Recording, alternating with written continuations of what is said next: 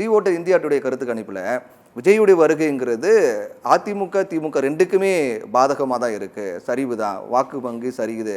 ஆனால் திமுகவின் எதிர்ப்பு வாக்குகள் அதிமுகவுக்கு போகாது, அது பிரிகிறதுனால அது திமுக எதிர்ப்பு வாக்குகளே திமுக சாதகமாக தான் அமையுது அப்படின்னு சொல்றாங்க. அது நம்ம யதார்த்தமா பார்க்கலாம். அப்படி இருக்கு, அப்படி சூழல் இருக்கா? இல்ல, விஜய் அவர்கள் தன்னை எம்ஜிஆராக கருதி கொண்டுதான் அரசியல் நிகழ்த்துகிறார். அவர் தன்னையே ஒரு எம்ஜிஆராக கருதி கொள்கிறார். அப்ப அதிமுக கூட தப்பு இல்லையா? அவர் விஷயம் யார் வேண்டுமானாலும் கனவு காணலாம், கற்பனை காணலாம். கல யதார்த்தம்னு ஒண்ணு இருக்குல்ல. எம்ஜிஆர் உருவாக்கிய கட்சி பலவீனப்பட்டிருக்கலாம், தவிர அந்த கட்சி இல்லாமல் போகவில்லை.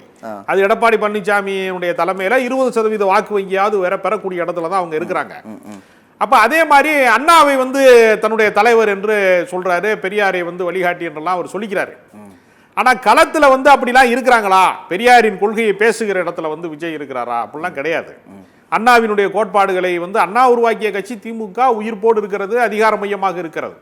அப்ப விஜய்னால என்ன செய்ய முடியும்னா, அதிகார மையத்திற்கு வர முடியாது, அதிகார மையத்திற்கு போக விடாமல் ஓட்டுக்களை சிதறடிக்க முடியும் என்பதை தான் இந்த கருத்து கணிப்புகள் பேசுகிறது. சரி சரி. அப்ப சிதறடிக்கிற வாக்குகளும் ஒவ்வொரு தொகுதியிலையும் 5000 10,000 வாக்குகளை சிதறடித்தார்கள்னா வெற்றி தோல்வியை பாதிக்கக்கூடிய ஒரு இடத்துல அவங்க இருப்பாங்க. ஓகே. அதனால ஒரு விஜய் ஒரு ஆக்க சக்தியாக இல்லாமல் ஒரு அழிவு சக்தியாகத்தான் சில கட்சிகளுக்கு இருக்க முடியும். முதல் தலைமுறை வாக்காளர்கள்ல ஒரு குறிப்பிடத்தக்க 2K கிட்ஸா இருக்கக்கூடியவங்க, ஒரு இளம் தலைமுறை முதல் தலைமுறை வாக்காளர்கள்ல ஒரு குறிப்பிடத்தக்க தாக்கத்தை அவர் ஏற்படுத்துவாரே தவிர அவர் ஒரு பெரிய அதிகார மையமாக மாறிவிடுவார் அப்படின்னு நான் நம்பல.